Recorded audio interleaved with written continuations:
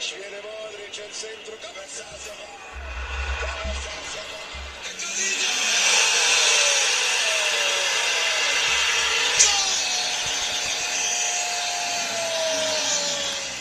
Ronaldo. The City is still alive here. Balotelli. Aguero. Va a pegarle Ronaldinho Gaucho. Ya lo hace. Pierna derecha, directo al arco. ¡Golazo! ¡Golazo!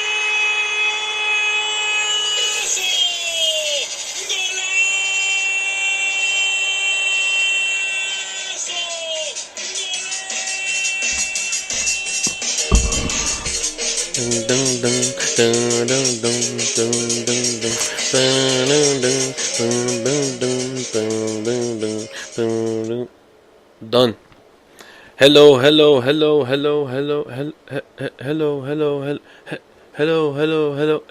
I should stop now. Good evening, guys. It's evening over here. It is 8:18 Eastern Time in the New Jersey, United States. Wherever you're listening to, good morning, good afternoon, good evening, and I guess I ran out. Alright, sorry for the confusion on IG Live. I had said originally that I was going to be on at 8, then something came up, and then I pushed it back an hour, but turns out all I needed was an extra 18 minutes. So, good that I'm only 18 minutes late instead of an hour late. So, let's get the show started, guys. Before I get the show started, I hope whoever listened, I know on SoundCloud I had about 16 people listen. I guess 16. Yeah, 16. If you were part of that 16, thank you very much. Whoever listens on iTunes or Google Play or iHeartRadio, also thank you. I just can't really keep track. I can, but I'm busy, really busy. If you did listen to episode 5, thank you very much. I really appreciate it. If you have subscribed, thank you very much. Really appreciate it. Leave a like, leave a review, leave a rate, but that's not what I'm trying to say. The point I'm trying to get to is, if you did take time out of your day from last episode till now to donate to Jerry Alice Goodman, we spoke about her on episode 25 about what she's going through. Thank you very much. I know I donated, and I just thank you. And Jerry Ellis, if you're listening, thank you also for letting us share your story with the 4 or 5 people that I have listening. So thank you very much. Now let's get into football, because that's what we're here to talk about. Yeah? Okay. You guys all remember Samuel Eto'o, the former number 9 for Barcelona and the former number 9 for Inter Milan. We also played, he also played for Cameroon, his nation, the team that he represents. Samuel Eto'o, he recently signed with Qatar Soccer Club, who plays in the Qatar Stars League. Wow. Can't believe that guy's still playing. Can't believe he went to Qatar to play. So yeah, that's it about that. Let's talk about... I don't know. What do you guys want to talk about? What do you want to talk about? I got 2 people here listening on IG Live. If you have more gloves, let me know.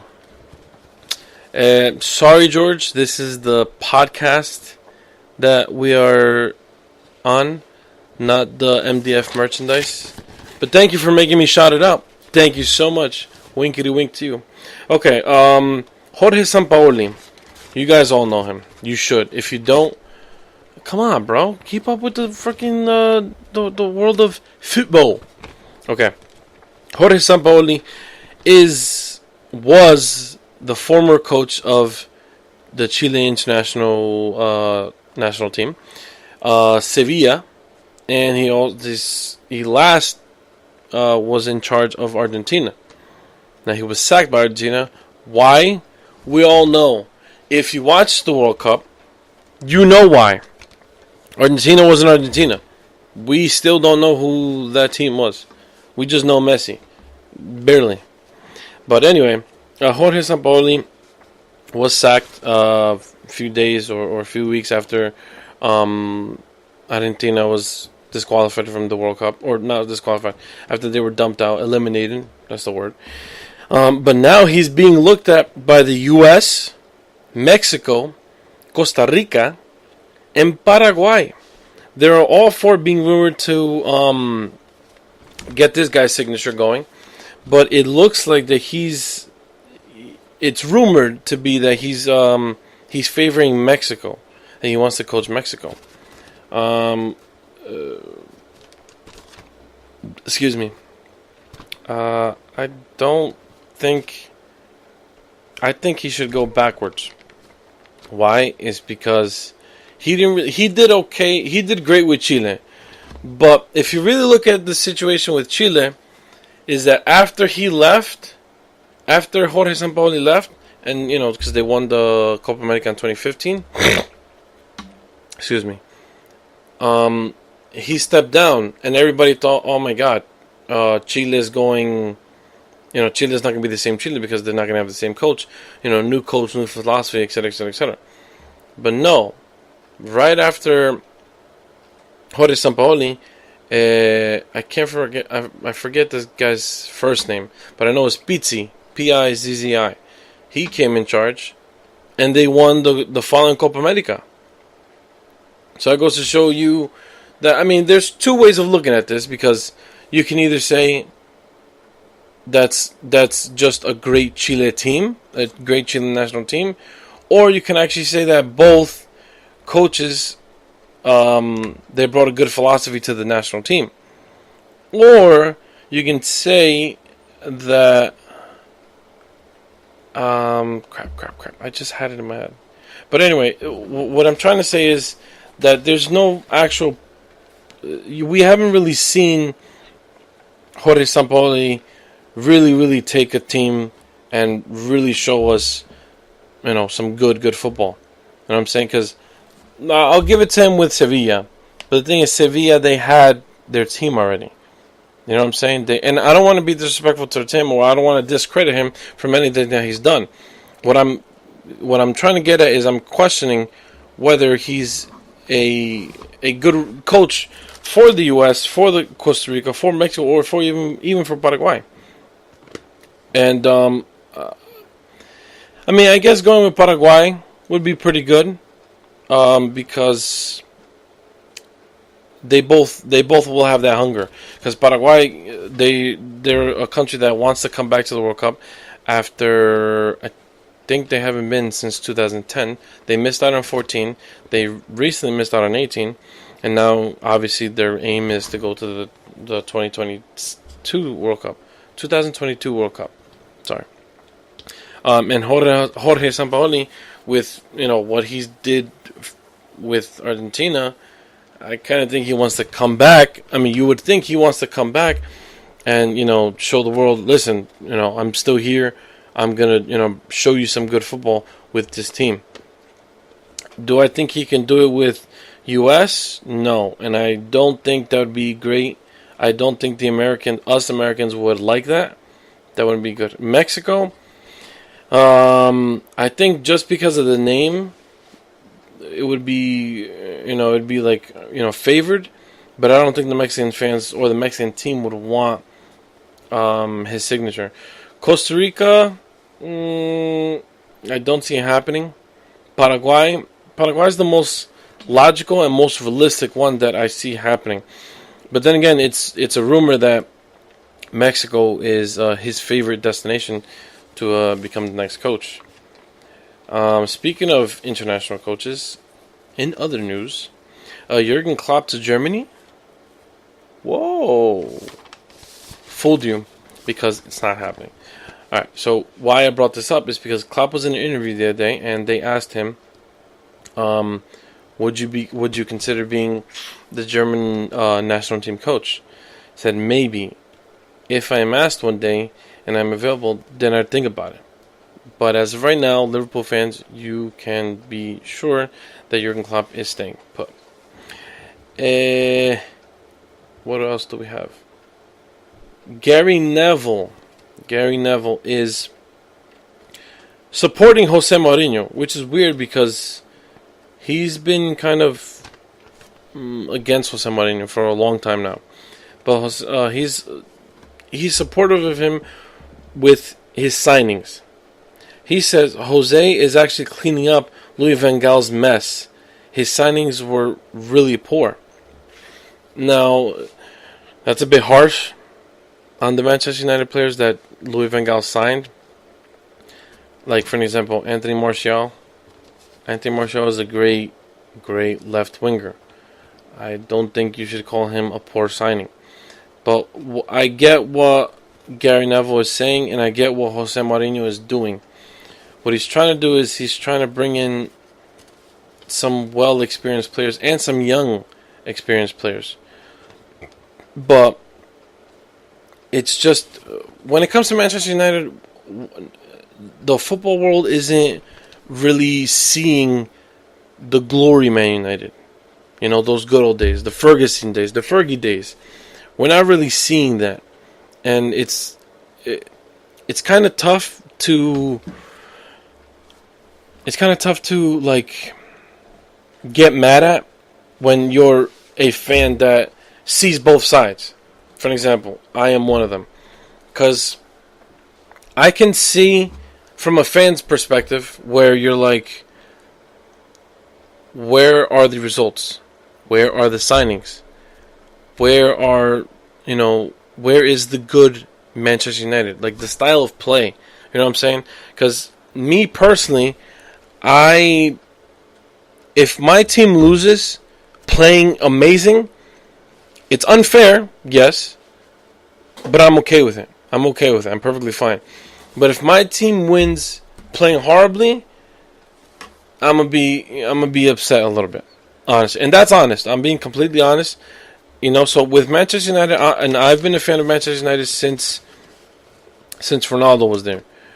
Granted, do I remember everything? No, but I remember bits and pieces. And some of the games that I've seen with Manchester United under Sir Alex Ferguson, that was a Manchester United team, a Manchester that we all know and we all love, whether you hate them or you don't.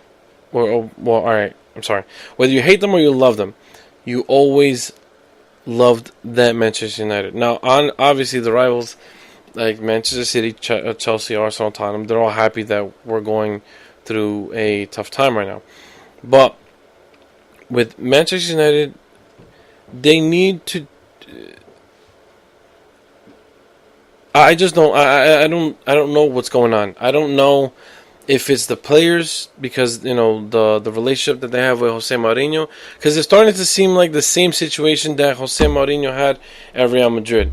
He brought in all these signings. He took out a bunch, and he brought these signings in, and they won one thing or two things. It was either, I think it was La Liga that 1 year, and then Copa del Rey.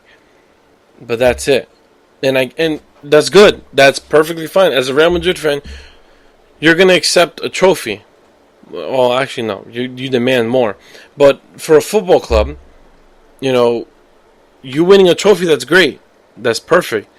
But you're Real Madrid, and over here you're Manchester United. You're demanding trophies year in, year out. Completely understandable. Why? Because in history, that's what Manchester United are known for. Bringing their, they've always been successful, and they've always brought in trophies, no matter what. Obviously, over the years, it's gotten tough because in other leagues, you have 2 teams, maybe 1 team. In Premier League, you have more. You have 5 to 6 teams, and some years you have more than 6 teams. You have 7 to 8 teams, and those are the quiet ones. But the point I'm trying to make here is that I agree with Gary Neville. I agree that Gary Neville supports Jose's signings because Louis van Gaal, he didn't bring in. I'm gonna say logical signings. That I'd prefer to say logical signings, because it just seemed like he was bringing in players just to bring them in, just because we had money in the bank. No, bring in players that are going to fit your style of play, and are going to impact games, that can be game changers or can help out in the back. Jose Mourinho, he's doing that. But on top of that, Jose Mourinho, he's not being really backed by the club, because if he wants to sign this player, it's like he doesn't get it. He signed who? 3 guys. That's it, if I'm not mistaken. And I can't even tell you off the top of my head. Forgive me, I can't remember. But it's like he didn't sign anyone major. Now, one that I don't agree with is Alexis Sanchez. Why would you bring him in? You're insulting your wingers. You have Marcus Rashford and you have Anthony Martial. And if you can't use those two, then use your youth. Use them. They're there for a reason. Okay, and Manchester United has always been about that. They've always been about youth products. Yeah, we bring in superstars here and there, left and right, but Alexis Sanchez wasn't... I don't want to say it wasn't a good signing. It wasn't a logical signing. Because you have Martial and you have Rashford. You have Lukaku. You have that front three right there. Why are you going to bring in another... On top of that, he's coming to the end. He's coming to his end. There's no point of bringing in someone older. He's, 28, 29? I don't want to say he's washed up, because he's not. He's still good. Alexis Sanchez is still a fantastic winger and a fantastic player overall. But why bring him in? That doesn't make sense. So that's what Gary Neville said. I support him. If you support him, if you have an opinion, join in on the conversation. Tweet us at MDF Podcast 1 and tell us what you think about that. Kaká could be the newest signing for AC Milan. That's big, because Kaká hasn't played in how long? And guess what? He's still not going to play, because they're not signing him as a player. Got you there. Shit. You might be pissed off. Don't really give a shit. Because I was pissed off, because I read the headline. It was very similar to that.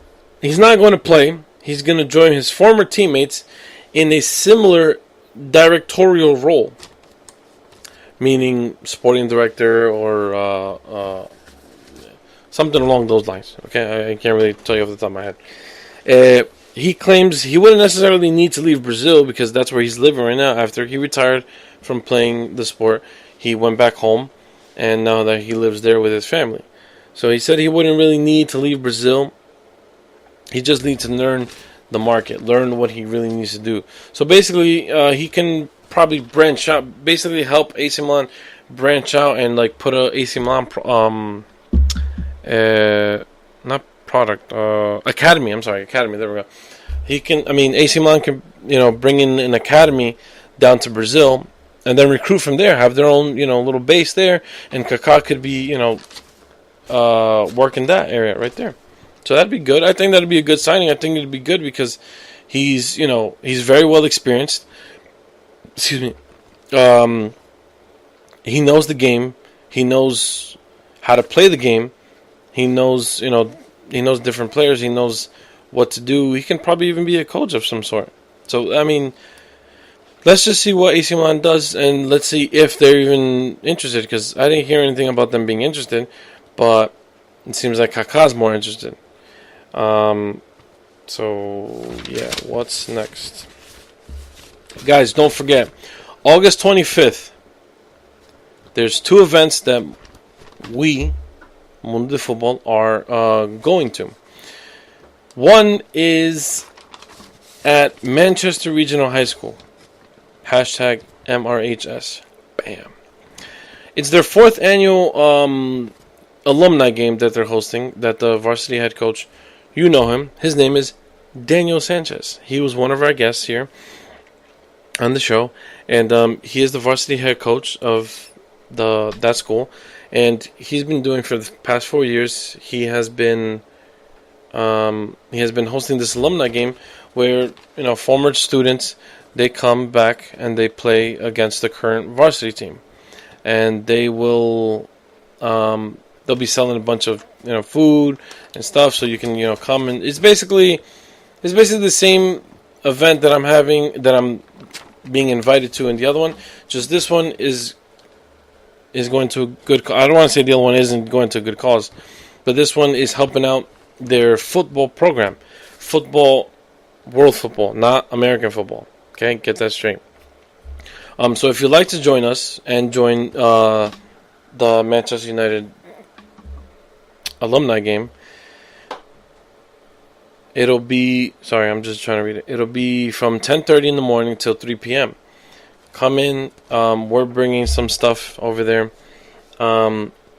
Every purchase you make that day at the event, we are donating 10%. Every purchase, 10% is going right back to Manchester Regional High School, so that their football program grows a little bit more, and maybe they can get some good stuff. So yeah, it's at the Manchester Regional High School, August 25th. That falls on a Saturday from 10:30 a.m. to 3 p.m. Directions are, or address, 70 Church Street, Haledon, New Jersey. Okay, so I'll post it up again. I'll be posting it so that if you guys do want to go, which I hope you do. If you guys do want to go, you guys can go. Enjoy your time. Have a good time there. I know they'll be grilling, so they'll be they'll have their concession stand with burgers and hot dogs and etc. etc. etc. Don't quote me. I don't remember exactly what. I just know there'll be good food and good drinks. So bring in some cash, because guess what? Good food. Okay. Let's talk about. Oh my God! I was so in shock when I heard about this. Mohamed Salah. Have you heard about this?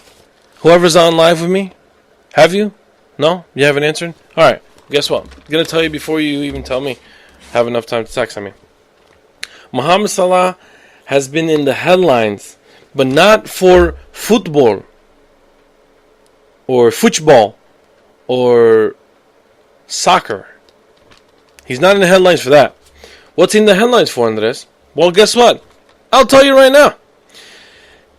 This past weekend, Liverpool won 4-0 against West Ham United. Great. Fantastic. What do you do? Okay, yeah, hold on. And after the game, the fans stayed after, because that's, what fans do. After the game, they try to catch the player to get their signature, to get a selfie, or, just to talk to the player.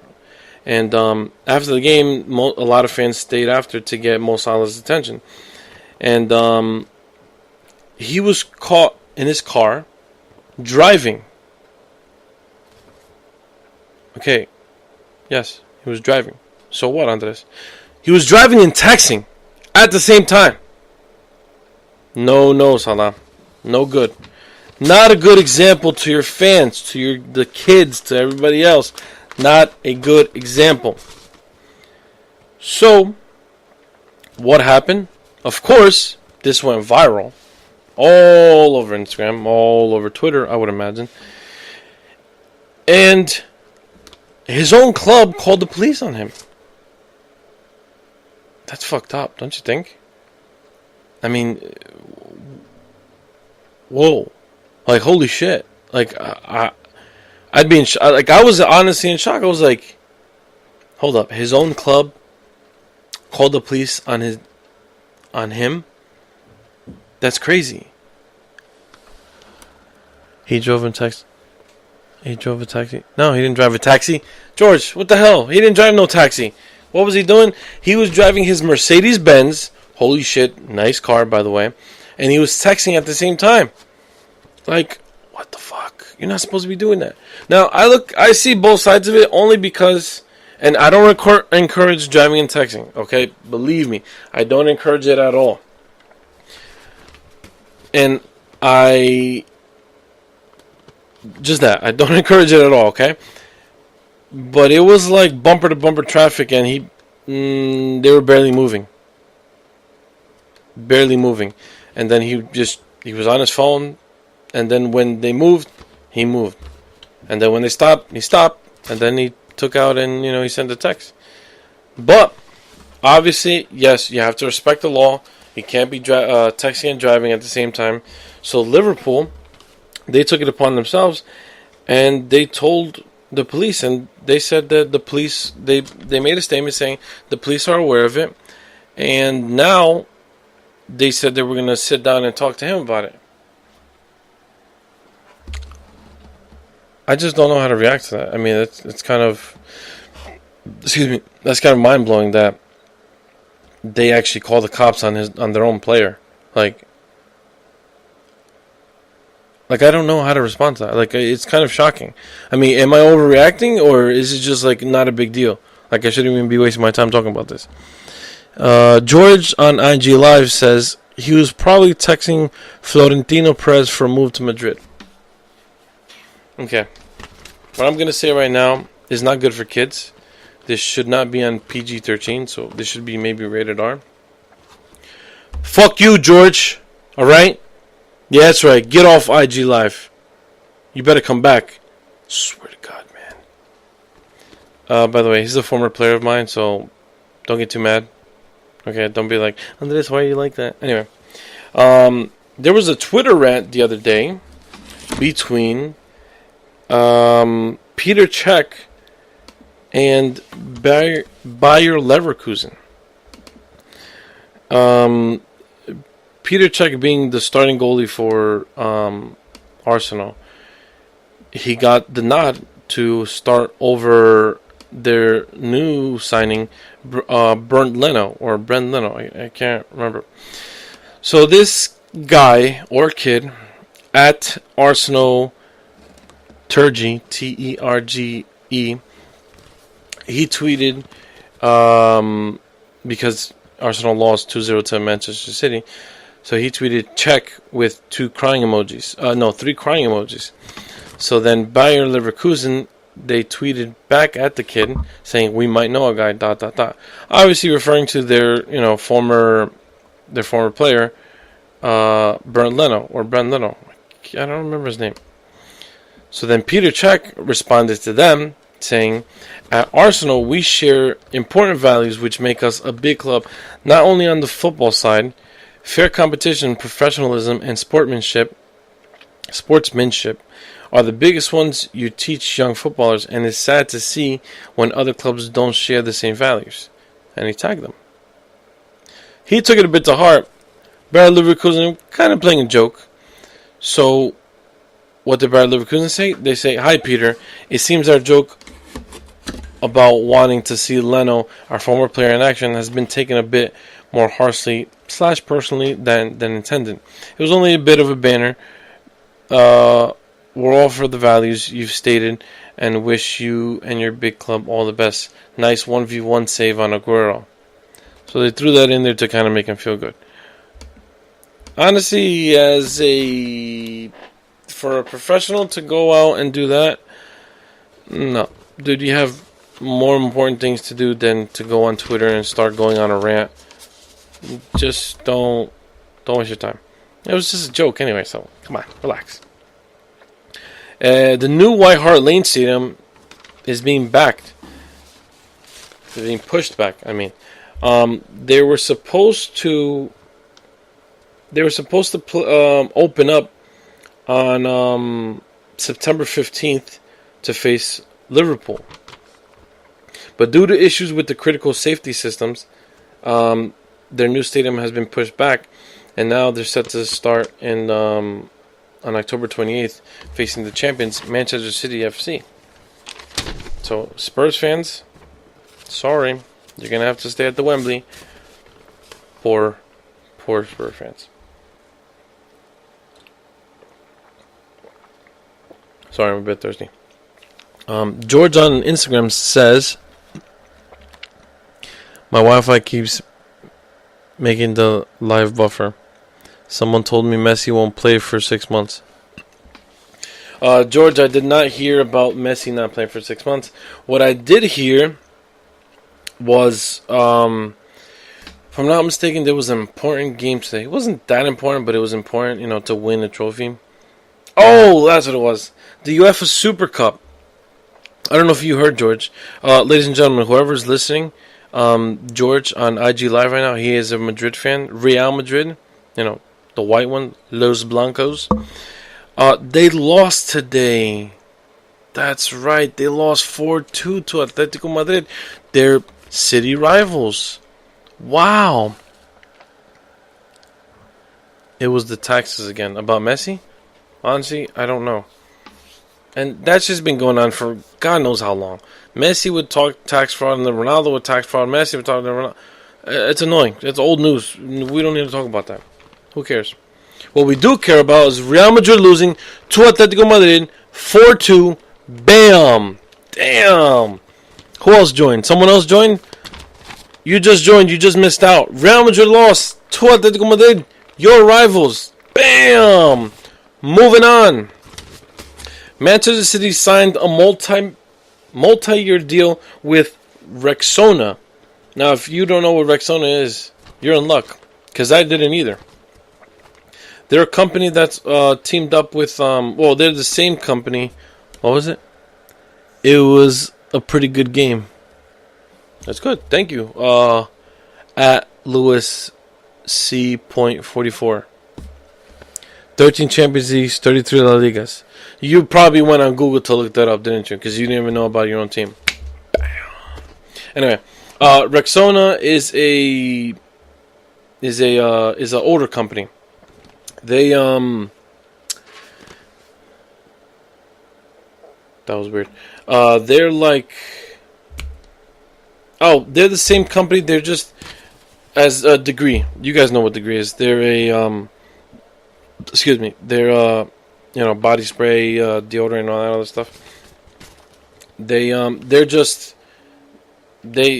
Degree is in the U.S. There's another one. There's another name in the U.K. And then there's one in Australia. That's the one that Manchester City teamed up with. And they have become their first official personal care partner. So now the dressing room won't ever smell again. Thank God. We don't know about that because we've never been in a fucking dressing room. So yeah, they'll also be teaming up with Melbourne City, who's also part of the Manchester City Club, and New York City FC. So you'll see that, if I'm not mistaken, they should be on the sleeve. I think they're going to be a sleeve sponsor. George on Instagram Live said, "Shall I continue? My Wi-Fi asked, bro. I'll be back." All right, cool. We don't need any more Madrid fans. We're good. Oh, Americans! You'll all be happy to know Timothy Weah scored his first goal in League One for PSG. So that's really good. That's really, really good.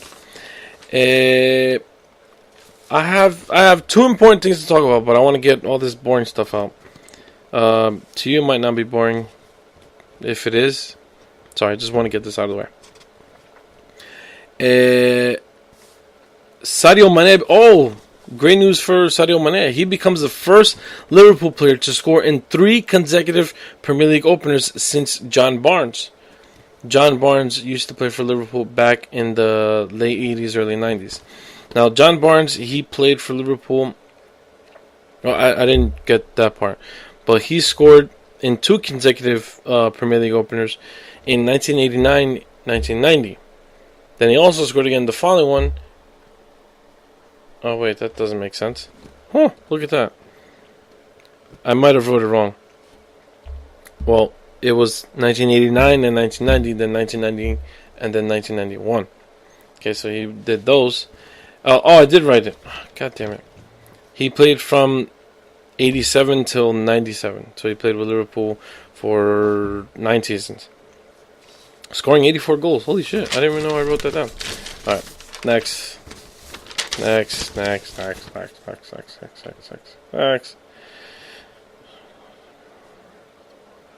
Oh! Guess who said this, guys? I'm going to read what he said. And then you guys can guess who said it in your heads, because I know there's only like 4 people listening. I scored some goals that people will remember, but the one that I will remember forever is the one against England, because of the relationship with the English in the beginning. They were talking and they were saying a bunch of stuff, and I gave them a gift for life. I'm pretty sure that you know exactly what I'm talking about. Who I'm talking about. Sorry. Zlatan Ibrahimovic. He was just asked the other day about. He was just asked the other day about scoring goals. Like, you know, which one is his, favorite one. And the one against England. If you haven't seen the goal against England, like, what's wrong with you? Do you live under a rock? Are you sick? Something's wrong with you. It is probably the best goal I have ever witnessed on live TV. And one of the best goals that I've ever seen on YouTube over and over and over again. So if you haven't watched it, go on YouTube, type in Ibrahimovic versus England, and you're going to see what a fucking goal he scored that day. It was beautiful. It was amazing.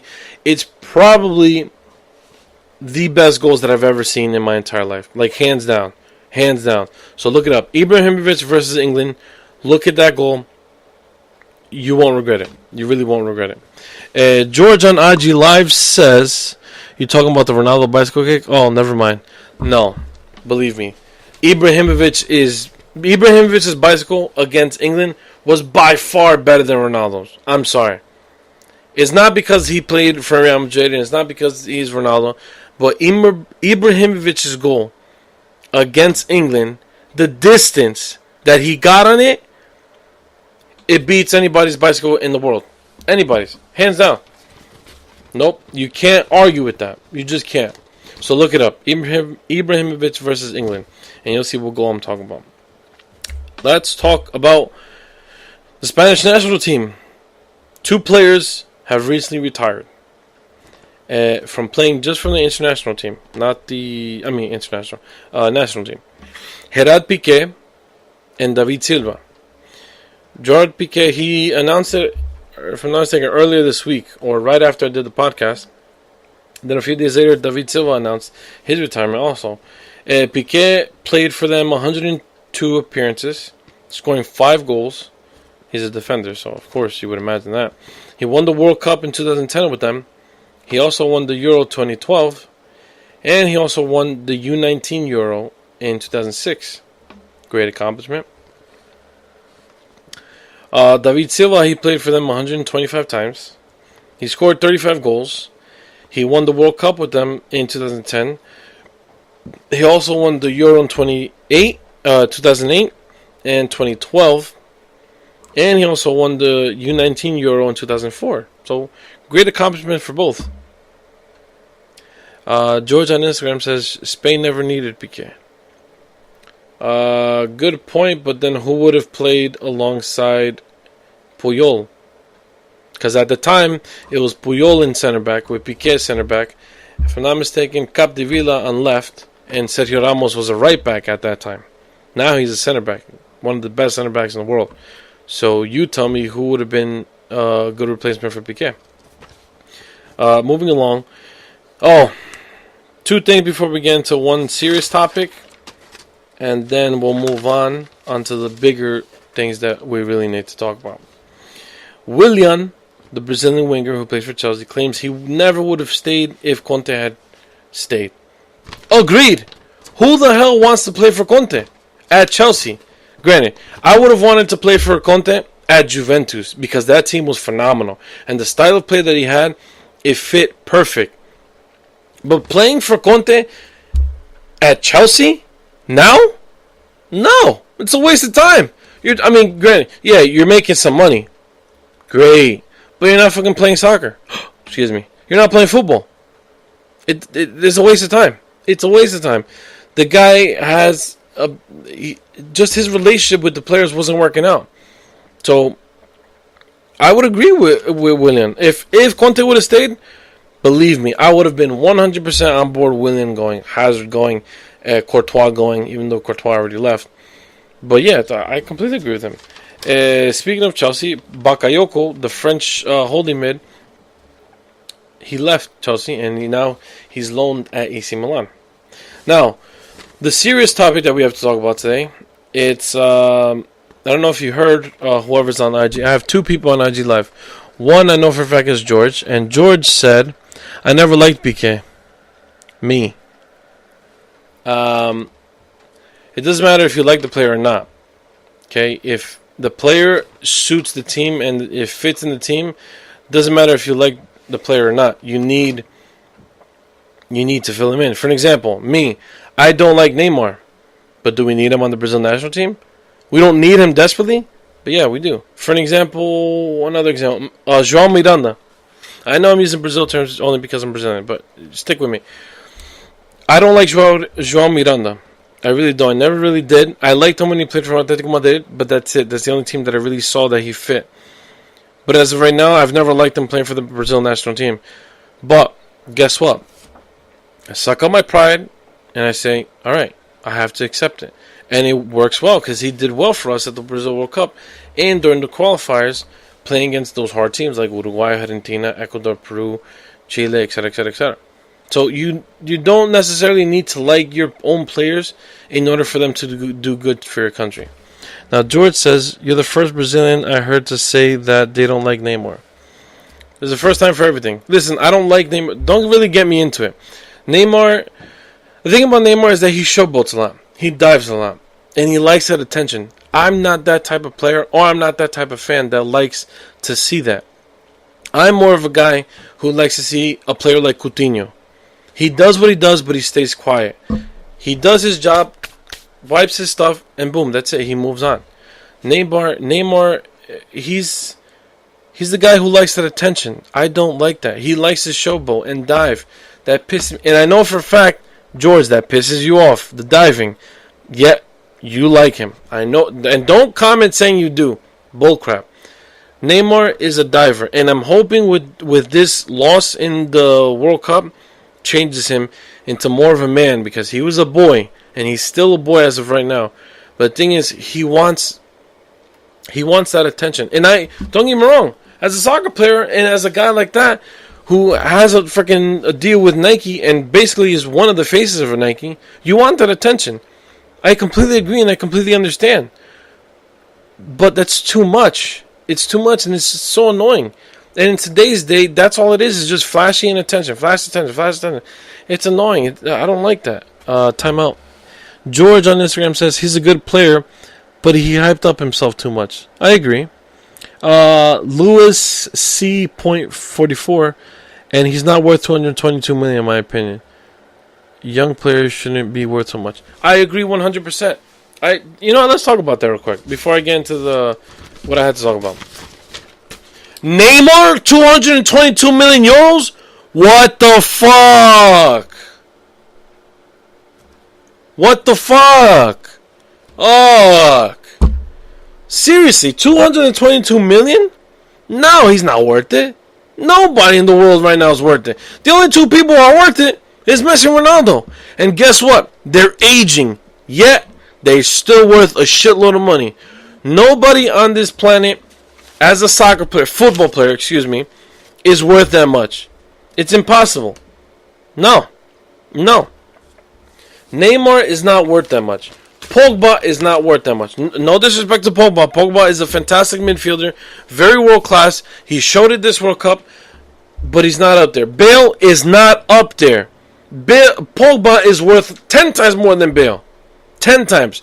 And Real Madrid fans, don't come at me, because Bale is starting to show himself now. Now that Ronaldo's not there, he's starting to show himself, which is good. It's good for Real Madrid. Why? Because they don't have a Ronaldo. And the whole point of buying Bale was to replace Ronaldo. That's the whole point. And it's working now, but he's not worth that money. He's not. The market today, in today's day, is ridiculous. The fact that Pogba's worth so much, Neymar, even Coutinho's not worth that much. Same thing with Alright, sorry about that. I had a little technical difficulties. Fixed it up. Alright, so what I was talking about is... Damn, you came out quick. What I was talking about is George on Instagram Live and Lewis C. .44 was saying that Neymar isn't worth all that money. And then I started ranting about how Pogba, Dembele, Coutinho, Bale, and etc.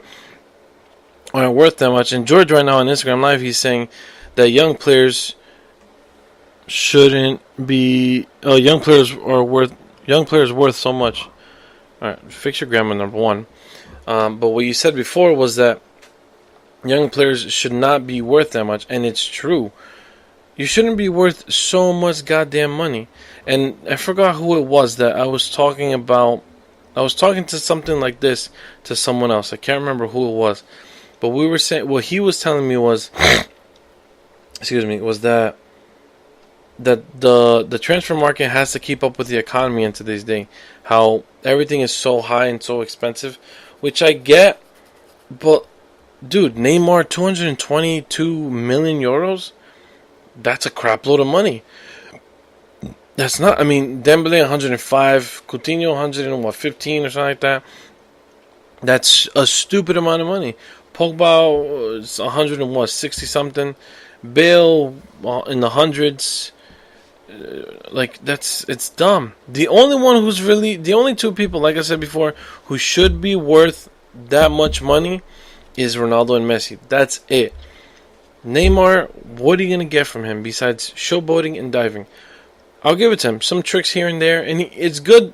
He's a good player only because he has the skill, he has the flair. That's great. And what works for him is that as he's doing all that stuff, the showboating, the distracting, the skills and all that stuff, the rest of his teammates, they open up and they start creating gaps. They start, giving him different options. It's great. It's fantastic. But it's too much. When Neymar starts diving and starts showboating, that's when it starts to really irk the crap out of me. I hate it. On top of that, mind you, keep this in mind. I'm Brazilian, and I'm a Brazilian fan. Then when he starts showboating and start diving, then I start getting made fun of and start getting picked on and blah, blah. It's annoying. That's just one reason. The other reason is that legit, I can't stand the way he does that shit. It's annoying.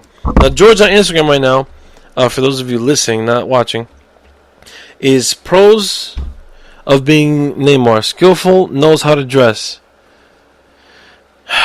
Kids these days. Then he says cons of being Neymar. He's not Messi or Ronaldo. Alright. Okay. Let me hear someone a little bit more logical. Honestly, Neymar got the best deal of his life out of that. League One is easy for him. Okay. I'm one of these people that I agree with what Lewis said. He said that League One is easy for him. Yes, I agree with that. People who say League One is easy in general, not true. Because you put a team in there, go ahead, go get a competitive team and try to beat any of those French clubs. Yes, that's true that it's easy for Neymar. Why? Because Neymar is the type of player that the only reason why he left Barcelona is he said it. He said his reasoning. His reason is so that he can get out of Messi's shadow. Now, those of you who want to make fun of him because now he's in Mbappe's shadow, all right, whatever. He's still a top-rated player. He's still a star player. But that's not the league that he should be going to. Either he shouldn't go anywhere other than Premier League, La Liga, or Serie A. Those are the only three leagues that could really suit him. Why? Because he actually gets some sort of competition there.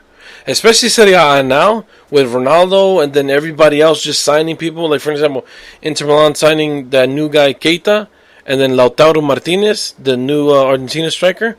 Holy shit. This Serie A is the Serie A that everybody's been waiting for. This is the league to watch now. Not only Premier League because of Premier League, and not only La Liga because of Messi. But now Serie A is the league to watch. And I honestly think that Neymar being in League One is just to boost his confidence a bit.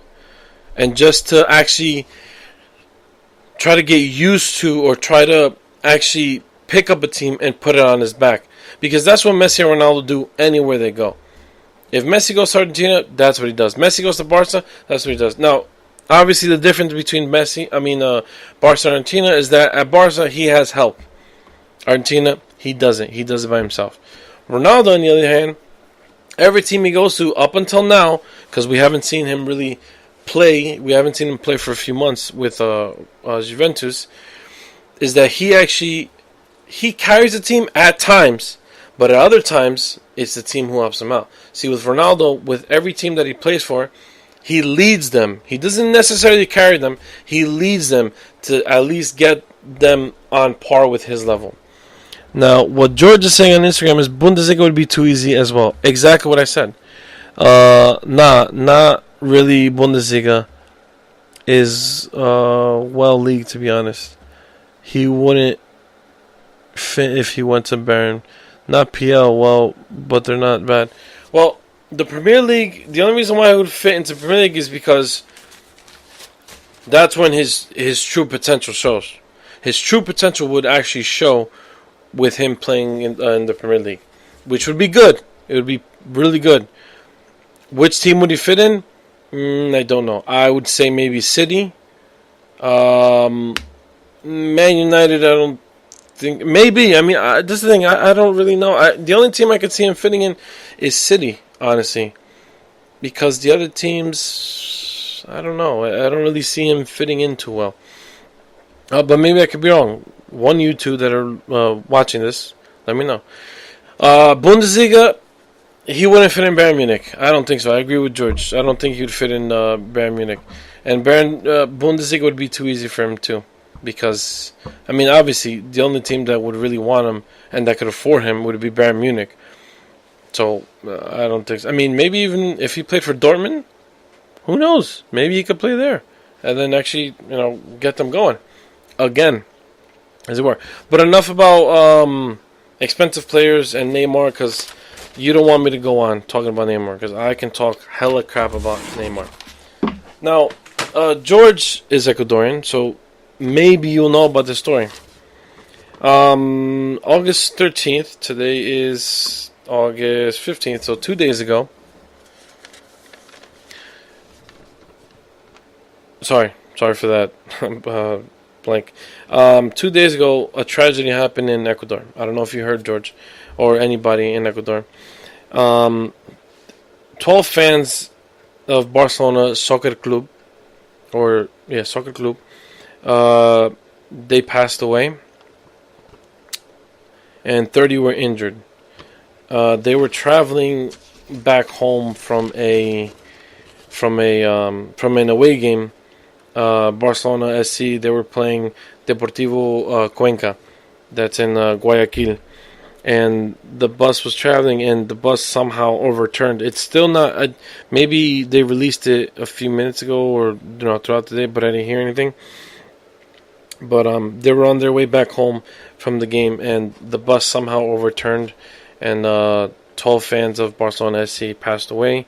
30 are currently injured. As of right now, that's all I know. But what I want to say is, whoever's listening to this, if you can,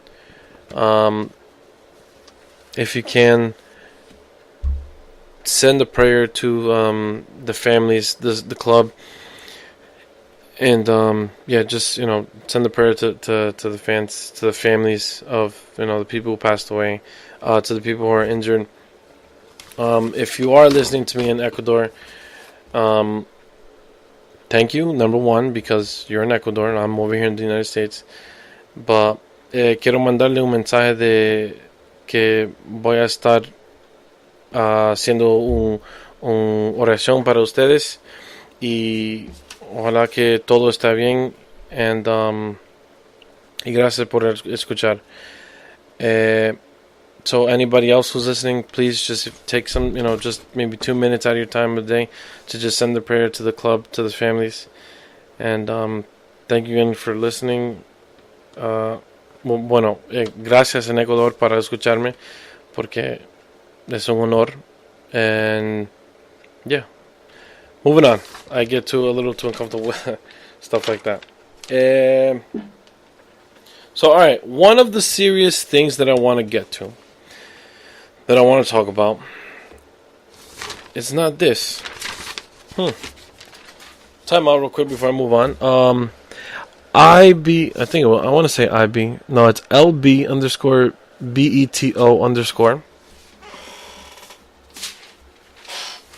Thank you for joining us, by the way. He says, I honestly wouldn't see him in the Premier League or anywhere else other than La Liga. You know, I agree with that. At first, I did. Because I was like, where could a type of player like Neymar fit? Now, you think of Premier League and you're like, it's too structured for him. It's too aggressive and rough. He's not that kind of player. But you really never know because nobody really thought Pep Guardiola could bring his style of football to Premier League. But he did it. And nobody really thought he could do it in Germany. But he also did it. So I'm not saying you're wrong. Because before I thought the same way. Now I'm a bit kind of, on the fence with it. I can see him playing in the Premier League, but then again, I can't see it. Because it's like, you really think about it. Like, really, really think about it. What team in the Premier League could Neymar actually play in? George says, I told my dad that if I make Vans, I'll get the number 12 for those Vans. That's a good gesture, George. Very good gesture. But yeah, if you guys can, send a prayer to those fans. Send it to the families around them. Send it to the club. And I'll post this on a little later tonight. Vars? What? I told my dad that if I make Vars, I have no idea what you're saying. Anyway, all right, moving on. So this isn't what I want to talk about, but it's here. The other thing I want to talk about is about U.S. I'll call it just for this subject: U.S. soccer. Now, I've had a lot of guests on, and I've asked them their opinion about it, and didn't really go too well. Because not a lot of people support U.S. soccer. Excuse me.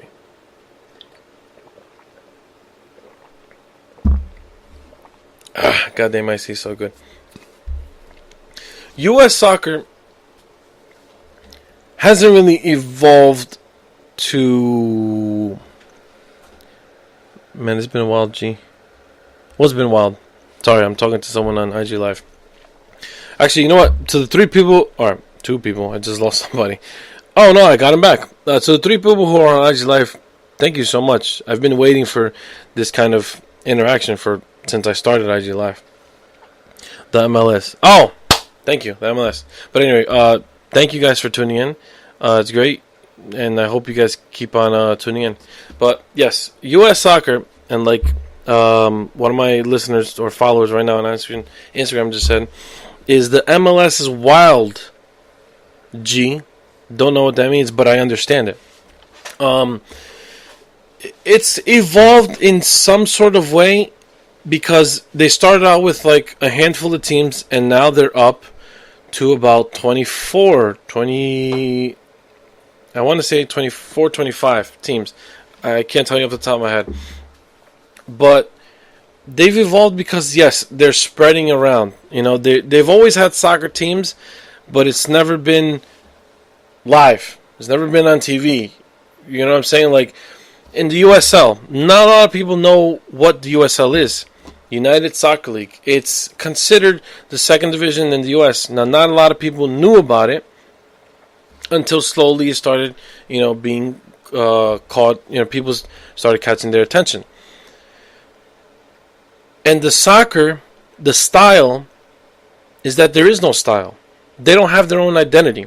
The US doesn't have an identity. And it's like, it's a bit frustrating to be in this country and try to be a fan because you're like, what are you doing? I would have never made that turn. I would have never made that It's very frustrating to sit down and watch a U.S. national team play. The men, not the women, because the women are very world class. The men, because number one is that the teams that they play. Okay? And no disrespect to any of these countries. No disrespect, because most of these countries have knocked them out in Copa Oro, Gold Cup, or the qualifiers. Trinidad and Tobago, they knocked them out. Then there's what? Honduras, Belize, Jamaica, El Salvador. There's a bunch of different teams down here in the North America, Central America, Caribbean area that have knocked out the U.S. Now, why is that? You have a country the size of almost the entire South America, and you're telling me that you can't come up with 11 players to go out on that field and defend our country and actually win a game? You're telling me Trinidad, a country this small, can come up with 11 players and knock us out of the World Cup or out of the qualifiers? We didn't even make it to the World Cup. That's what you're telling me. That makes no sense. That to me makes no sense. It just doesn't click. We have this country right here. This country that we're in right now is that we're not all just from one race. You can bring in an American who's also Argentinian, an American who's Russian, an American who's Mexican, an American who's Irish, an American who's Brazilian, an American who's this, who's that, whatever. It's an American mixed with someone else. And they go outside of this country to go play soccer. Why? What does that tell you? You know what that tells us? That tells us there's something wrong here that you need to fix. You as in the board, you as in those coaches that are out there, you as in who's making the laws, you as in... You guys got to go out there and you guys got to fix something. Because for you to come over here and tell us that our country's not in the goddamn World Cup, that means there's something going on wrong up there. Meaning up in the offices that you guys make all these rules and the president and this and that and all this bullshit. You guys got to fix something. Because it's bullshit that a country of 50 goddamn states, 50, 5-0, can't come up with 11 players to defeat Trinidad and Tobago. And again, no disrespect to them, because they did a good job. They knocked U.S. out of the qualifiers. But you can't sit there and tell me you can't come up with 11 players, 11 out of 50 states, compared to a country this small, to beat them and to go on and represent us in 2018 in Russia. Can't tell me that. Time out real quick. Brian1224. America plays too many sports. I agree, but the country is big enough. The country is big enough. Believe me. LB_BETO_ very true. He agrees with me. Of course. You cannot not agree with me. Because it doesn't make sense. It doesn't make sense that we have a country so fucking big. This country is enormous. And we can't come up with players. I mean, now we're starting to. Now, I mean, look at Christian Pulisic, the new Captain America. This kid had balls. He had guts to leave, go to Dortmund, go play there. Look what happened. Tell me the result. Tell me. You know, I'll tell you. He's on the goddamn starting 11. He's on the starting 11. He was playing with the likes of Aubameyang. Now he's playing with Marco Reus, Mario Götze. He played with Gundogan, who plays at Manchester City. He played with Batshuayi when he was on loan.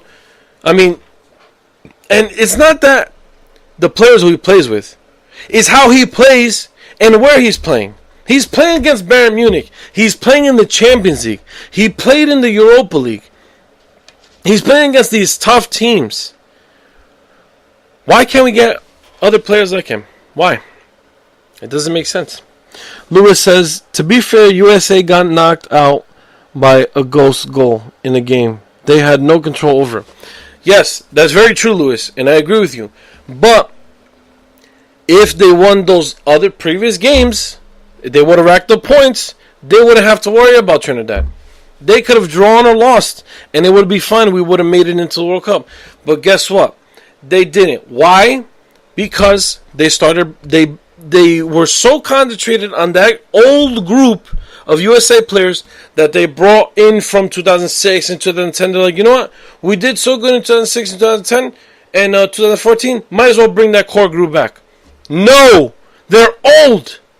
No disrespect to them. They did what they had to do. But now it's time for us to focus on the future. Focus on the young guys. Yeah, honestly, why hasn't anyone been talking about that crazy-ass ghost goal? Listen, I agree with that. I completely agree with the ghost goal. It was clearly unfair, and it was just like in shock. You know, everybody was in shock. I get that. But you can't just focus on the ghost goal. I mean, you really can't. Because it's one mistake out of all the games that they played. You really have to look beyond it. Take a step back and look beyond that. And look at what the USA did. How the USA played. How? They played horrible. They didn't play good. The games that they won, no. The games that they won didn't even play good. They didn't play good. They were focusing on bringing in Josie Altidore, Michael Bradley, for crying out loud, Clint Dempsey. I'm surprised they didn't fucking personally call Landon Donovan like, yo, come over here and play for us. No. Now, whatever new coach comes in now, he needs to focus on the youth. Because as of right now, the youth is growing and growing. Look at what guys we have. We have Matt Miazga playing in Europe. That's fabulous. That's great. Call him. Start that motherfucker. We got Christian Pulisic, who I keep calling the Captain America. Call that motherfucker. Bring him over. Have him start. Don't build a team around Pulisic. Don't make that mistake that Argentina did, trying to build a team around Messi. No. That's not going to work. Build a team because it's a team that can be molded and played together. Don't fucking bring in Pulisic and say, all right, hey, buddy, who you want to play with? No. Bring a team in and make them play as a team. Get them to play and get them to 2022. Timothy Way, George Way's son. He plays at PSG. He's doing a fantastic job. He started out late last season, slowly coming in, and now he's getting he's making the team feel that he's there, feel his presence, which is fabulous. That's what we need. We need Americans out there, not only in Europe. Don't get me mixed up. I'm not saying bring in just American players from Europe. No. We have some homegrown talent here. Like, for example, Sean Davis from the Red Bulls, Tyler Adams from the Red Bulls, Juan Nagadello from New England Revolution. Who else do we have? I go on. Will Trapp from Orlando City. Or if not, Columbus Crew. I can't remember. Did you watch that crazy-ass game versus France? Nice way to get those kids. Yes, exactly. That's where I'm going with this. I like that the intern coach, whatever he's doing, is working. And what he's doing is he's bringing in the youth. He's forgetting the fact that Tim Howard played, Joe Altidore, Clint Dempsey, Landon. He's forgetting about all these old players. Jermaine Jones. These guys are out the window. Their history is good. Fantastic. Love what they did for the U.S. But today's day, we need those young kids. We need those young kids here, representing our country, playing the way they played against France, which I absolutely agree with this guy. I'm just going to call you Beto. Brian says it's a problem with fans. Wait, what's a problem with fans? Oh, the whole situation is what you mean? Because I agree. It's a complete problem. Because you shouldn't be focused. That's like, I don't know. I mean, I just can't seem to understand. So, U.S., if you're listening, number one, thank you. Because I didn't expect anybody famous to be listening to this. But you guys we need to get our shit together. We need to play with those kids against France, like Beto said. Okay? We need those kids to go out there, and they're coming up against some good friendlies. I know they're playing Brazil at MetLife, which are a crap load of money. I'm not going to that. Hell no. I know they're playing, if I'm not mistaken, they're playing Germany. I can't remember off the top of my head. But I know there's like 4 friendlies before the year ends that they're going to play. And I am all for it. I'm going to be watching, be cheering them on, because that's what we need. We need to be playing those big teams. Not all the time.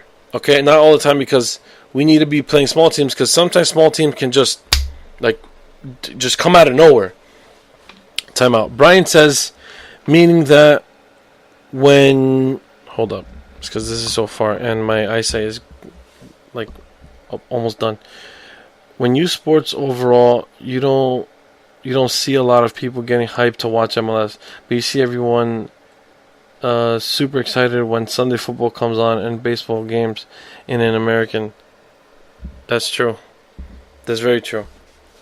That's a good point of seeing it. I didn't think about that. So thank you, Brian. That is true. I guess you could say it's the media. The media doesn't really, because they put up tradition. Is an American tradition. If parents push their kids to watch, play baseball and football, that's what they're going to develop. That's very true. That's very true. I agree with that, Brian, 100%. So Brian's saying that it's not famous. It's not really known. Like, nobody's really paying attention to the MLS, which I 100% agree. Because if you go to a New York Red Bull game here in Harrison, New Jersey, it's not full. It's not full at all. And I'm telling you, tickets are dirt cheap. Like, it's dumb. It's dumb not to go. The only reason why I don't go is because I'm really busy. But if I could go, I went, 2-3 weeks ago? Guess how much I spent? $25. $25 is not a lot. You go to Europe, I don't even know how much it is, but I guarantee you in Europe, it's way more expensive. As a matter of fact, you go to a baseball game, and that shit's expensive. You go to a Giants game, a Jets game, it's stupid expensive. Go to a Red Bull game, and I guarantee you can probably buy maybe 2 to 3 tickets for the worth of one ticket going to a baseball, football game. I'm telling you. Go support New York, your local MLS team. I'm telling you, you won't regret it. And especially, for an example, me, I'm a fan of the Red Bulls here. And they're growing. They're doing good. See, they are an example for the U.S. soccer. Why? Because they're using their youth. Tyler Adams, Aaron Long, who else? I mentioned him before. Sean Davis, Alex Mule. I think that's how you pronounce it. They are doing the right thing. They are leading. They're one of the leading teams right now, showing the U.S., the rest of the U.S., along with Philadelphia. FC Dallas also does this. I can't remember. There's a few other teams. Not that many, but there's a few other teams that do this. See, for example, like LA Galaxy. They go out and they go there like, we need a superstar. So guess what they get?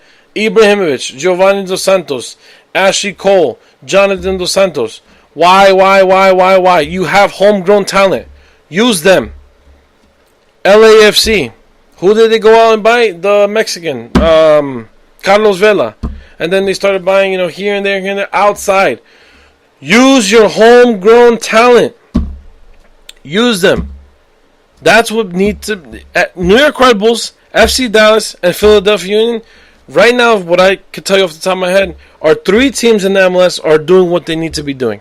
And doing what the national team needs to be doing. They need to be bringing in youth talent. Youth.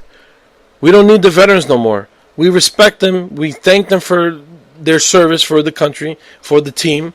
We thank them for what they did, because they did really good in 2014? Yeah, 2014. Okay, they got out of the group of death. They did fantastic. They did great. But guess what? That's it, mijo. That's it. Your time's done. The kids need to come onto this, and they need to write their own history. They need to write in the books what they did. And they need to really lead this country. So, what I'm going to give to you right now is a short interview with a bunch of coaches from BSA, the club that I used to coach at Belleville Soccer Association. So, listen to their opinion. But before I give you their opinion, before I give you their little interview,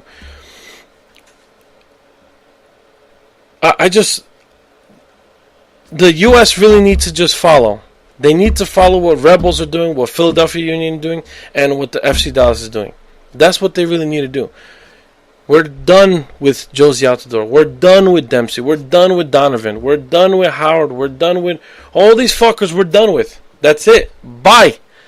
Good. You guys did good for us. 2010, 2014, whatever fucking years you guys played. We're done with them. That's it. Now, Pulisic needs to come in. Matt Miazga needs to come in. Wade needs to come in. Will Trapp needs to come in. Tyler Adams. We have a lot of talent. We have a lot of talent here in the U.S. and over there in Europe. We can be a great football nation. Football, not football. We can compete with some of the best. I guarantee to you. But only if we use the youth. Okay? Only with the youth. And with the MLS progressing, then we can also use the players that we have here in this league. You forgot the Sanchez. One of our former guests is currently with us on live, and he thinks he could be part of the U.S. national team. He's coming close to, I think he's past his prime right now. I don't think we can use you. Sorry about that, bud. We're going to pass on you. Maybe assistant coach, one of the coaches on the sideline. We could definitely use you there. Use your experience. Get your knowledge in there on the sideline. But on the field, I don't know. Unless you have past his prime. I could have sworn that's what I said. Unless you have Cristiano Ronaldo's, go fuck yourself. Oh my god. I think I just lost a listener. If you have Ronaldo's body, sure, go out there, represent our country. If you don't, sorry. But yes, this is exactly what the U.S. needs to do. We need to focus on our youth. Okay, so now I'm going to give you the interview with the BSA coaches, and let me know what you guys think. All right, so here we are with Coach Anthony. I never know how do you pronounce your last name? Ranted. Okay, that's how you pronounce it. I'm not going to pronounce it. So you being a coach for how many years now? Probably 12 years. Jesus. On and off. Well, 12 years solid, and then there was a good 2 or 3 years that I coached my older son. So probably 15 years I've been coaching. Jesus Christ, aren't you tired? Yeah, I'm exhausted. Exhausted. Anyway, so the real reason why I'm here is I want to interview you on your take on the elimination of U.S. out of the World Cup. It sucks. Of course, yeah. There's really no team for me to watch this year because Italy's out and so is the U.S. But they got to start playing younger kids. These old men that are in there, Dempsey and out the door, they haven't proved they're done. They're washed up. You got to give the youth a chance to play. They're hungry. Yeah, they want to play. You got a 16, 17, 18-year-old kid out there. He wants to play. He wants to prove himself. Dempsey ain't got nothing to prove anymore. Those guys got nothing to prove no more. They've done their legacy. That's a good point.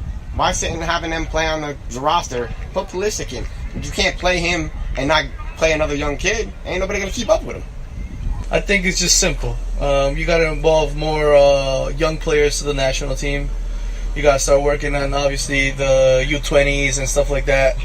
Getting ready, give them their experience. I think with the past coach, they've been holding these young players.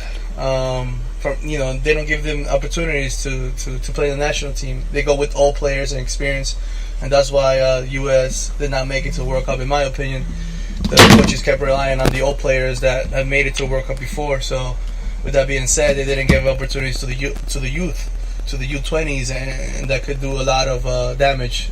Obviously, because they want to be there, so the hustle and the work will be there more than the older guys that are there. I think what they should do is scrap everything they've been doing. Jurgen Klinsmann, when he was in office, he set up a nice plan of how he was bringing up the youth through the ranks. Now everything's turned politics and money with the whole DA system and the youth, in the youth academies. Yeah. And they're betting on that working, but it's not working the way they do, because now if you have a bunch of money, you're in there. So now, decently skilled, you're there with pumping out money into a DA academy. So, it shouldn't be about money. This is a poor man's sport, like it is everywhere in the world. Yeah. Basketball in this country is a poor man's sport. It's a way to get out of shit. Soccer in South America and Europe is a way of getting out of the shit, of being able to supply for your family, get your mom a house. It's what they know, because it's they play it on the street. So one aspect of this whole thing is trying to get the grittiness back in. So when they do like ODP, Olympic Developmental Program, Okay. so I can register any of my kids for the ODP, and you go to like 3 different tryouts. One of them, I remember last time I did, one was like in Marlboro, New Jersey. One is, East Bumblefuck, New Jersey, Cherry Hill, whatever. It's all over the place, but you sign up and you go. And then you're only seen out of 100 kids. What happens to the kids, the inner city kids that live locally in the Newark area, who maybe they could afford the $34 for the first tryout, Yeah. but how do they get there if some of their parents don't have cars? Part of this is also, we're all immigrants. Some of us don't have licenses, some of us can't drive. You're always depending on a cousin and uncle who finally does have papers. So those kids that are really good that play on the streets don't have a chance to make it to those places to be seen at that level. So those kids aren't being seen. Why don't they come to us? Why don't they come to the inner city sections, a broken down grass field where the kids go after school and play for fun, where they have dreams of trying to make it? Unlike they go to these white towns where the kids and the parents are pumping a crap load of money, and just because they're putting out money and they're sponsoring and they're doing this, they're the ones that are being seen. And the way the U.S. teaches is, speed and being physical is because there's no talent. White kids in general don't have talent. But you can make up for non-talent with speed and physicality. I've said this a million times. So that's what they're betting on. That's why they want to change the curriculum. That's why they don't want any kid holding on to the ball for more than one touch. Whatever happened to be able to take in somebody on down the sideline? Maybe one player, second player, then rip down the sideline and put in the center or taking a shot on goal. What's happening to that part? That aspect of the game? So that's one issue I see. As we were talking, I'm surprised. I was disappointed that the U.S. is out of the cup, but I thought they were doing a good job. I think they just got to keep doing and keep, generating more players from the youth programs and the teams. Definitely. I mean, they've been doing really good. I was surprised that they didn't make it. I think everybody was, yeah. I don't know. I don't think it's that much that they're doing bad. Maybe it's time to move some things around, like any other country. They need to change things around. Maybe get new players and change strategy a little. Yeah. Okay. But I don't think they're going in the wrong direction. No. Okay. All right. Well, first off, I think we should start building from the ground up. So building with 18-year-olds, 19-year-olds. The certain players that are there that are getting Past up there their in prime. age, past their prime, should not be pushed aside, but this should be helping the younger guys. But we should definitely start playing more of the 18, 19-year-olds so that for the next World Cup in 4 years, they will be at the level, which will be more competitive to, the top nations. Definitely. And so forth. Yeah. And then we need to work on the development system of our country. It's actually failing, and that's the reason that we're not in the World Cup.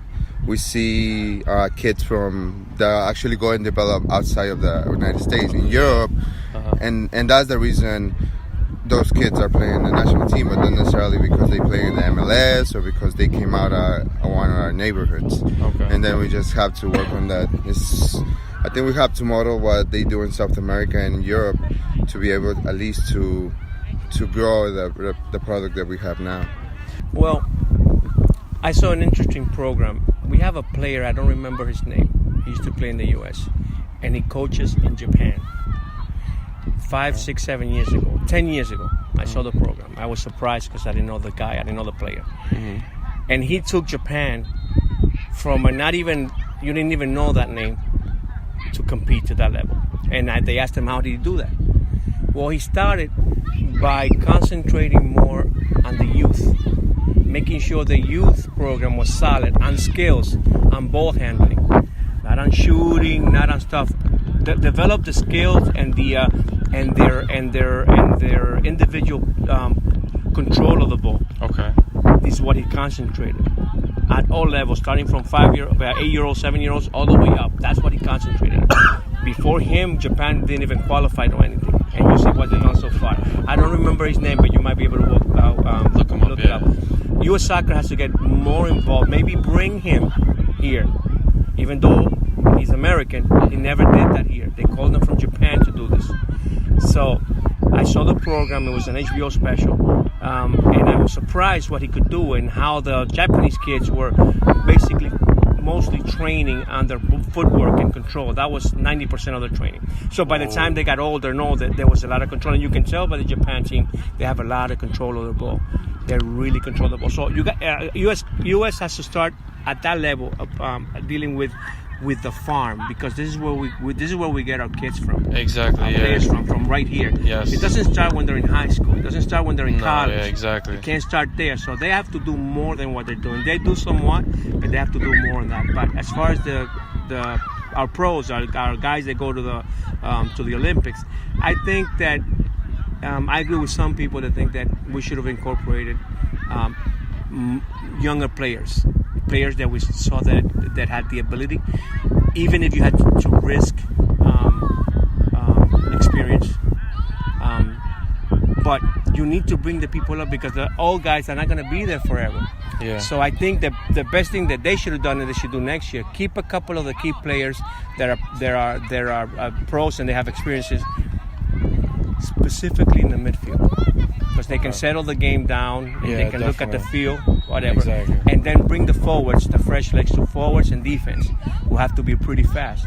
The goalie, we got a lot of guys that we can have as goalies. We don't only got 2 or 3. So I think for the U.S. to have some better opportunity next year, I think what they have to do is incorporate fresher legs, not necessarily half and half. I don't know what amount, but it definitely has to be more participation from the new guys, because you got to get them ready for the next World Cup. Exactly. And how they're going to get experience. So I think that's what they should do. They should have balanced more as far as the coaching. There were some things that I saw that I would have done different. If a player, even though he's a star and recognized, is not doing whatever he had, what you need done at the field, you can't be scared of pulling him off and sitting him down and bringing a new kid in so they can show you. It can't be. I don't think as a U.S. player going to the World Cup, it can't be about ego. Well, I've gone 4 times, I've gone 3 times, or whatever. It has to be, okay, this guy comes in and he really impacts the game right away. Yeah. I'm going to sit this one out, because it's hard for a player to do that, especially when you're 30-something. You got to have an 18-year-old coming in who's cocky. You don't want to be pushed out. You don't want to be pushed out, but they should think about the big picture, which is the team. With you being in the youth program in the U.S. for, like you said, 15 years, do you think you've been doing a good job in creating our future Eurostars along with all your colleagues and everybody else throughout this country? I think so. I think it's a very competitive sport now, where it wasn't years ago when I played. Mm-hmm. We didn't have as many teams and as many clubs and as many TSF Academy and Be Elite Academy and all these academy teams that, unfortunately they promise the kids the world and they can't really give it to them. But here in the Belleville program, when you have coaches that play and care about the kids, that's what it's about, is making them a better player, making them a better person, and just in general, because they're disciplined. They know how to play sports. They know winning and losing. You got to start somewhere, and it's got to start with the youth. It really has to start here, but you got to have a person who cares about the kids. Yeah. If you just stick them in an academy where it's just another name, I don't just believe in that. All the teams that we play against now, they all have paid trainers on the sidelines. There's not one real coach. Most of them are parents up in the stands over there, and the paid trainer sitting on the sideline. I can't really say anything about the other colleagues. I mean, like my organization, our club, and our town and our state. I mean, I could say that not everybody's on the same page. You have coaches that barely have their license. You have coaches that also get their license but don't have a clue about soccer. They just go get it to just participate. And they don't look forward to get any other license, no more knowledge. They think, from my experience, personal experience, we try to help other clubs, but they just keep saying no because they're happy where they're at. So, and we could see that they're not going anywhere with their program. For example, I could give you recreation soccer here where we coach is not the best. We have coaches that just volunteer, obviously, and we appreciate their volunteering, but at the same time, they coach other sports. Baseball is their sports, or football, or whatever. So when they come here, whatever they're teaching the kids, pretty much they're not teaching anything. So once these kids get to like middle school, high school level, and they get a different coach, which a little bit more experience, they don't have that knowledge. They don't know what offsides is. They don't know what a foul or what it is. It's because the coaches never taught them. So we need more coaches to pretty much get on the program. You never stop learning. So that's something that coaches got to take into criteria. You got to keep going and going and learning. Even the most experienced coach never stops learning, and that's something that these coaches got to do. So with regards to your question, I don't think not every colleague is doing their job as coaching. Not at all. I think it's horrible. I think everybody that's coaching, even at a high school level, which a minimum of an F license, which you go and you watch a video for 35 minutes, you pay $30, and then you talk about the video you watched. So it's probably an hour and a half, and then the next day you go and you play soccer in the field and they show you a couple of drills that qualifies you as a youth coach. So you're teaching, you have no experience, and now you have an F license, which makes you able to coach, and you don't know what you're really doing aside from doing a bunch of YouTube drills to a bunch of kids that are starting off at a youth level. No, it's absolutely horrible. It's terrible. Terrible that a coach with an F license YouTubes a bunch of shit and they think that's coaching. That's not coaching. What are you teaching? I haven't seen very many coaches at certain levels teach checking your shoulder, opening your hips, receiving the ball with the front foot or back foot, depending on which way you're turning, depending where your defender is. Those are little simple things that kids need. Everything else they can do by themselves. Kids these days can go on YouTube and practice skills, look at skills, and find some kind of YouTuber that teaches them how to do the skills, and they can get good at juggling. But we need coaches, trainers to teach the kids, teachers to tell them what the game's about, tactics. Why is it that we're doing what we're doing with these drills? Why are you moving from one cone to another? What does the cone represent? Is the cone just a starting point, or does the cone represent a defender that you have to check off? And are you explaining that to the kid that you're checking off that cone because you're pretending he's a defender? And how do you, at the end of the practice, relate what you've been teaching them into a real game situation? Are you doing that part of it? So you teach a bunch of drills, and then are you trying to put them all together to see the kids' progression? Do you see that they understand without the cones on the field? Because you don't play against cones. Last time I watched a game, cones don't follow you. Okay. So teaching them to check off the cones when you tell them that cone's a defender and he's trying to follow you, and if you stay there, if you receive a ball, he's going to be there to try to chop the ball off you. You're checking off. You're moving off the cone last minute to receive a pass, to get that, to create that little bit of space where you can turn with the ball, lift up your head, and you pick out a pass or make a move. So I have a lot of friends that are coaching, and I'm not going to put on names, but they're not doing what they're doing to the best of their ability. Yeah. But there's got to be a better grassroots teaching training system for coaches. I think we're at the beginning. Yes, I think we're doing a good job, everybody, just getting the kids into soccer and getting that passion in, because it's from little that they gain, that sense of pride of winning and doing a good job. Well, yeah, it starts with the player first and foremost. Okay, you have to have a dedicated player who is willing to listen, willing to learn. A coach can do so much. If the player's not dedicated at the same time, then you don't have a match. But I believe if the player's dedicated enough and the parents are dedicated enough also to get them to the practices, and they're willing to listen to what the coaches have to say, and they do the right things, on and off the field, then yeah, I think they're moving in the right direction. I think we do our job to a certain extent. We could benefit from training, like professional training, because most of our, especially when we have a traveling team, usually a parent or a brother or somebody, we already play soccer before, but we don't have the professional training. We just go as it comes, and we grow. Yeah, we grow with the experience that we gather on the field, and with what we learned when we were playing. But I think we need a system where coaches could grow, and as well as players. Okay, so you just listened to the BSA interview that I had with all the other coaches. Now, they're right. It's a poor man's sport. And they basically, what I said before is what they said. We need to bring in the youth. That's a big problem. We're not bringing the youth. What the intern coach right now is doing is he's bringing in the youth. He's doing what the rest of us want the U.S. to do, is focus on the youth. We can't be focusing in the past. It's not going to work out. It's not anymore. It's done. That's it. Bye. Sayonara. Sorry. You can sit in the stands, but we got kids here. And we need them to play. All right. I had one more thing to talk about that probably the Sanchez knows. It's about the Champions League, but I'll leave that on for the next episode. So, gracias very mucho. I have no idea.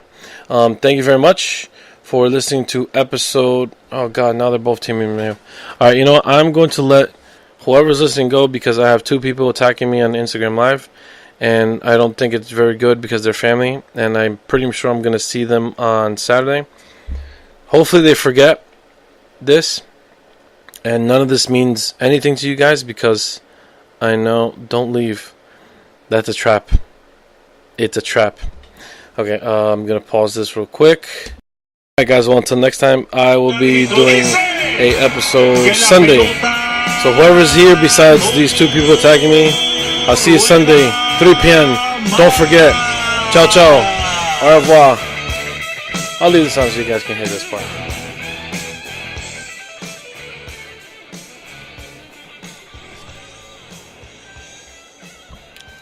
Bye. No.